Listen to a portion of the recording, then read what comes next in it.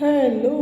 अब मैं इस फसल नामक चैप्टर का वीडियो आपके लिए बनाने जा रही हूँ।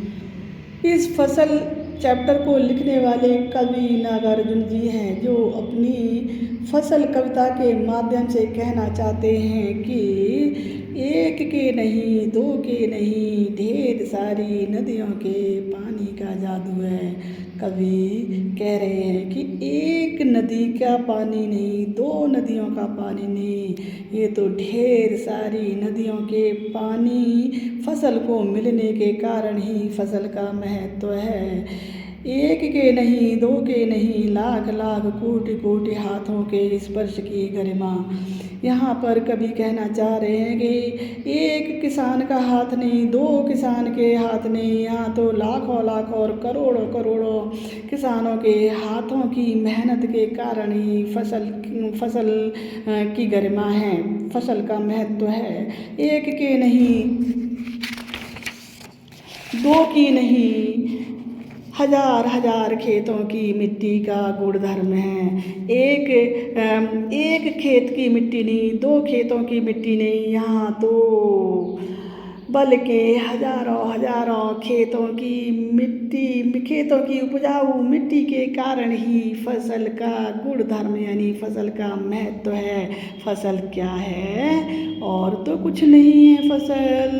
फसल नदियों के पानी का जादू है। वह फसल तो नदियों के पानी के कारण ही फसल का महत्व है, हाथों के स्पर्श की महिमा है, और लाखों लाखों करोड़ों करोड़ों किसानों के हाथों के परिश्रम के कारण ही फसल का महत्व है।